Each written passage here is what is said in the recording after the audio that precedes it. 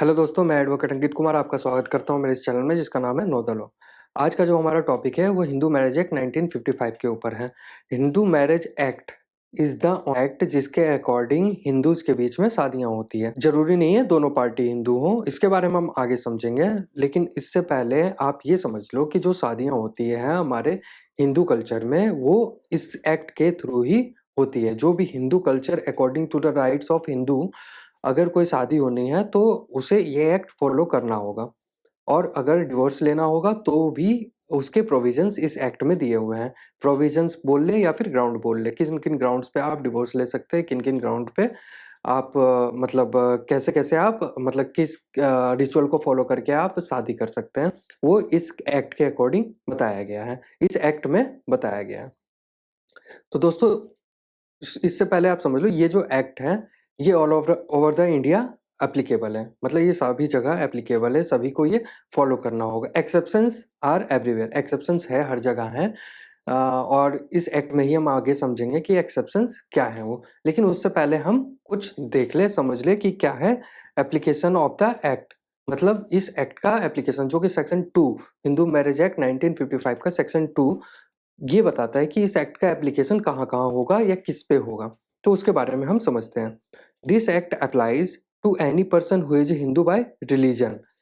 ये एक्ट जो है वो हर एक इंसान पे अप्लाई होगा जो हिंदू हो बाय रिलीजन से, उसका रिलीजन हिंदू होना चाहिए। Any other person who is Buddhist, Jain और सिख बाय रिलीजन। अब ऐसा है कि हिंदू हिंदू के अंडर ही बुद्धिस्ट, जैन या सिख आते हैं। तो वो जो शादियां होती है अमंग बुद्धिस्ट, जैन और सिख वो भी इसी एक्ट के अकॉर्डिंग होगा। और किस पे एप्लीकेबल है? हु इज नॉट अ मुस्लिम, यहाँ देखिए ध्यान से, who is not a Muslim, Christian, Parsi और ज्यू बाय रिलेशन, बाय रिलीजन। तो मतलब क्या है कि वो होने चाहिए, हिंदू होने चाहिए, बुद्धिस्ट, जैन, सिख, इन चारों पे एप्लीकेबल है ये एक्ट। और किन पे एप्लीकेबल नहीं है? वो है मुस्लिम, क्रिश्चियन, पारसी और ज्यू। मतलब जिनका रिलीजन क्रिश्चियन, मुस्लिम, पारसी और ज्यू हो उन पे ये एक्ट एप्लीकेबल नहीं है। और इसका एक और है कि अगर किसी का कस्टम ये अलाउ नहीं करता है, सपोज एक शेड्यूल ट्राइब आप ले लो, शेड्यूल ट्राइब के कुछ अलग नियम होते हैं, वो अपने कॉन्स्टिट्यूशन के हिसाब से चलते हैं, तो उन पे ये एप्लीकेबल नहीं है, उन पे हम हिंदू लॉ को फोर्स नहीं करते हैं। अब दोस्तों कभी कभी ऐसा होता है कि कोई एक इंसान है, उसको नहीं पता कि वो हिंदू है या उसका रिलीजन क्या है, और उससे शादी करनी है और वो काफी कंफ्यूज है कि कौन से लॉ में वो शादी करे या किस रिचुअल को फॉलो करके शादी करे। तो इस केस में क्या होता है कि जो पर्सन है जिसको रिलीजन नहीं पता, उसका ये देखना जाता है कि वो ब्रॉट अप कैसे हुआ, किस कल्चर में ब्रॉट अप हुआ। तो वो जिस कल्चर में ब्रॉट अप हुआ, वो जिस कल्चर को फॉलो कर रहा है, उस कल्चर के अकॉर्डिंग उसका रिलीजन तय किया जाता है और उसके बाद उसकी शादी की जाती है। सपोज वो हिंदू कल्चर में बड़ा हुआ तो उस पे ये एप्लीकेबल है। लेकिन अगर वो मुस्लिम कल्चर में बड़ा हुआ और उसी को फॉलो कर रहा है, क्रिश्चियन कल्चर में बड़ा हुआ उसी को फॉलो कर रहा है, तो उस पे ये एक्ट एप्लीकेबल नहीं है। और दोस्तों जैसा कि मैंने बताया कि शेड्यूल ट्राइब में ये एप्लीकेबल नहीं है, उसी का एक्सेप्शन यहाँ दिया हुआ है सेक्शन 2 सबसेक्शन 2 में, excludes the application of this act to the schedule tribe. मतलब शेड्यूल ट्राइब में ये एक्सक्लूड है, मतलब उसमें कंपलसरी नहीं है, वो चाहे तो कर सकते हैं, नहीं चाहे तो नहीं कर सकते हैं, उन पे डिपेंड करता है क्योंकि उनके कस्टम अलग होते हैं और वो उनके कॉन्स्टिट्यूशन अलग होते हैं, वो अपने हिसाब से चलते हैं, उनका जो रिचुअल है उनके हिसाब से वो चलते हैं। और इस एक्ट का मतलब ये नहीं कि जबरदस्ती फोर्स कर दे किसी पे। अब जो कस्टम फॉलो कर रहा है उसी कस्टम के अकॉर्डिंग उसको वो अपना एक्ट डिसाइड करेगा और उसी कस्टम के अकॉर्डिंग वो शादी करेगा, उस पे ये एक्ट एप्लीकेबल नहीं है। तो दोस्तों आगे बढ़ने से पहले कुछ डेफिनेशंस के बारे में हम समझ ले जो कि इस एक्ट को समझने में काफ़ी हेल्पफुल होगा। उन डेफिनेशन को सेक्शन 3 में डिफाइन किया गया है। जैसे full blood and half blood, what is full blood and what is half blood. तो फुल ब्लड क्या होता है? जैसा कि इसका लैंग्वेज कह रहा है, 2 persons are said to be related to each other by full blood when they are descended from a common ancestor by the same wife.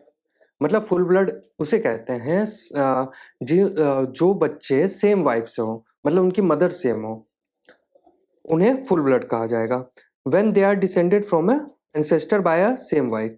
और हाफ ब्लड किसे कहते हैं? Half blood when they are descended from a common ancestor but different wives, जिसे हम सौतेला भी कह सकते हैं, मतलब डिफरेंट वाइफ से हो। सौतेले भाई बहन वो हाफ हाफ ब्लड कहे जाएंगे। अब सेक्शन 3 सबसेक्शन डी वो यूटेरिन ब्लड के बारे में कह रहा है। अब यूटेरिन ब्लड क्या होता है? यूटेरिन ब्लड में वो जो भी है वाइफ सेम होनी चाहिए बट हस्बैंड डिफरेंट हो। अगर हस्बैंड डिफरेंट होते हैं तो उसे यूटेरिन ब्लड ही कहा जाएगा। तो अब आपको आई थिंक फुल ब्लड का मतलब समझ में आ गया। इसमें फुल ब्लड का मतलब ये हो गया जो बच्चे हैं या फिर जो पर्सन है, दो लोग हैं ए और बी, तो उनकी मदर सी है, कॉमन मदर है, दोनों की मदर सी है।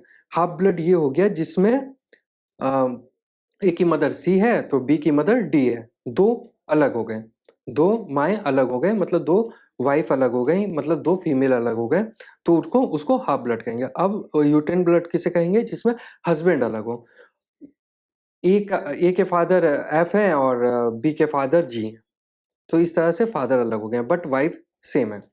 तो दोस्तों इस एक्ट में जो आप ज़्यादातर सुनोगे वो एक सपिंडा रिलेशन के बारे में बताया गया है। सपिंडा को डिफाइन किया गया है सब सेक्शन एफ में, सेक्शन 3 के सब सेक्शन एफ में। सपिंडा रिलेशनशिप क्या होता है इसके बारे में समझते हैं।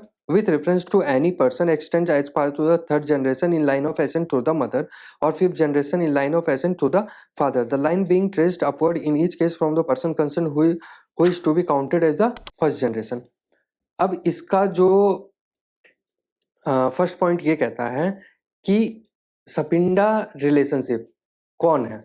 अब मैं हूँ, मेरी माँ है, मेरे फादर हैं, मेरी माँ के मतलब मुझसे मेरी माँ की तरफ से थर्ड जनरेशन और मुझसे मेरे फादर की तरफ से फिफ्थ जनरेशन, इनमें जो भी आएंगे वो सपिंडा कहलाएंगे, मतलब मेरे सपिंडा कहलाएंगे। सपोज मैं हूँ, सपोज ए एंड बी आपस में इन दोनों को शादी करनी है। अब ये शादी करने के लिए इनको पहले ये देखना होगा कि ये सपिंडा है या नहीं है। तो सपिंडा है या नहीं है इसलिए कैसे कैसे देखा जाएगा? पहले ए के मदर के साइड के 3 जनरेशन देखे जाएंगे, इंक्लूडिंग ए, उनके 3 जनरेशन देखे जाएंगे। उनमें अगर कहीं से भी तीनों जनरेशन से बी रिलेटेड नहीं है तो फिर शादी हो सकती है।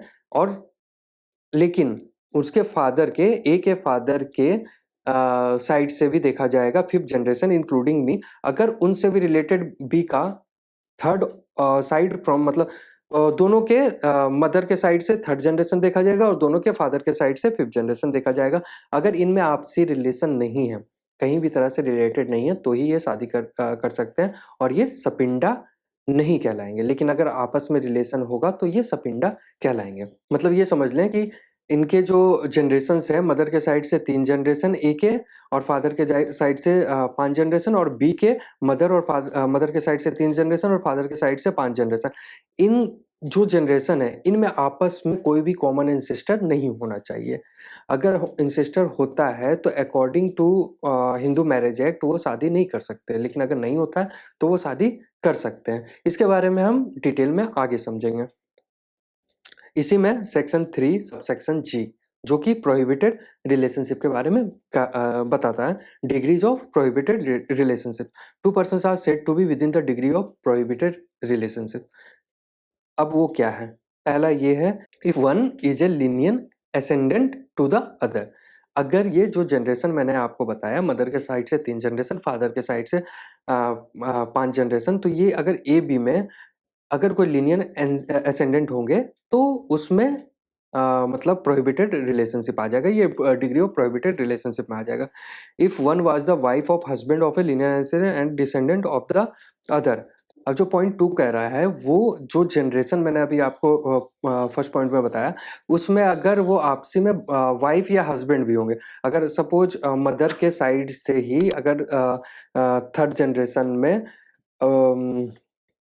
कोई आपके रिलेटेड आ गए, कोई मेल है, तो वो एक्सटेंड कहाँ तक करेगा? उनकी वाइफ तक भी करेगा, मतलब उनकी वाइफ से भी नहीं कर सकते हैं। उसी तरह से अगर फीमेल है तो उनके हस्बैंड से भी नहीं कर सकते। थर्ड पॉइंट ये कहता है, if one was the wife of the brother और ऑफ द फादर्स और मदर्स ब्रदर और ऑफ ग्रैंडफादर और grandfathers grandmother's brother of the other. मतलब वो क्या नहीं होना चाहिए? वो नहीं होना चाहिए one was the wife of the brother, मतलब भाभी नहीं होनी चाहिए, भाभी से नहीं कर सकते हैं। और ऑफ द फादर मतलब चाची से नहीं कर सकते हैं, और मदर्स मामी से नहीं कर सकते हैं या मामा से नहीं कर सकते हैं। और ऑफ द ग्रैंड फादर्स दादी से नहीं कर सकते हैं, या ग्रैंड मदर्स ब्रदर मतलब दादी के भाई से नहीं कर सकते हैं, ये भी आता है इसमें। फोर्थ पॉइंट है if the two are brother and sister, जो कि मतलब हमारे हिंदू कल्चर में ब्रदर सिस्टर में शादी नहीं होती, uncle and niece, aunt and nephew or children of brother and sister of or of the two brothers or of two sisters। मतलब ब्रदर्स एंड सिस्टर्स के बच्चे आपस में नहीं शादी कर सकते हैं, या और भी टू ब्रदर्स के बच्चे आपस में शादी नहीं कर सकते हैं, या फिर टू सिस्टर्स के बच्चे आपस में शादी नहीं कर सकते हैं, बहनों बहनों के बच्चे आपस में शादी नहीं कर सकते हैं, भाई भाई के बच्चे आपस में शादी नहीं कर सकते हैं। तो इसी तरह का एलाबोरेशन इसमें दिया गया है, जो कि डिग्री ऑफ प्रोहिबिटेड रिलेशनशिप के बारे में बताया गया है। तो ये जो सेक्शन 3 का सब सेक्शन जी है, इससे हमें ये पता चलेगा कि कौन कौन से रिलेशनशिप प्रोहिबिटेड हैं एक हिंदू मैरिज एक्ट के अकॉर्डिंग, जिसमें शादी नहीं किया जा सकता। तो दोस्तों, ये डिग्री ऑफ प्रोहिबिटेड रिलेशनशिप जो है, ये थोड़ा सा आपको कंफ्यूज कर सकता है, लेकिन इसको समझने का जो सबसे बेटर तरीका है वो आपके जो पॉइंट्स हैं, सपोज पॉइंट 3 हो गया, सेक्शन 3 सब सेक्शन जी का पॉइंट 3 जो है, उसको आप चाहें उसको हिंदी में ट्रांसलेट करें, तब आपको जाके समझ में आ जाएगा। जैसे if one was the wife, मैं 3 पॉइंट पढ़ रहा हूँ, if one was the wife of the brother, wife of the brother that is bhabhi, मतलब आप अपने से रिलेट करो, भाभी, भाभी से शादी नहीं कर सकते, और ऑफ द फादर्स मतलब माँ से नहीं कर सकते, और मदर्स ब्रदर मामी से नहीं कर सकते, और ऑफ ग्रैंडफादर्स और ग्रैंड मदर्स ब्रदर मतलब अपने दादा के मतलब, और ऑफ द ग्रैंडफादर्स और ग्रैंड मदर्स ब्रदर मतलब अपने दादा अपनी दादी से नहीं कर सकते, और अपनी दादी के भाई की वाइफ से नहीं कर सकते। तो इस तरह से अगर आप इसको समझोगे तो आपको ज़्यादा ईजिली तरीके से ये समझ में आ जाएगा।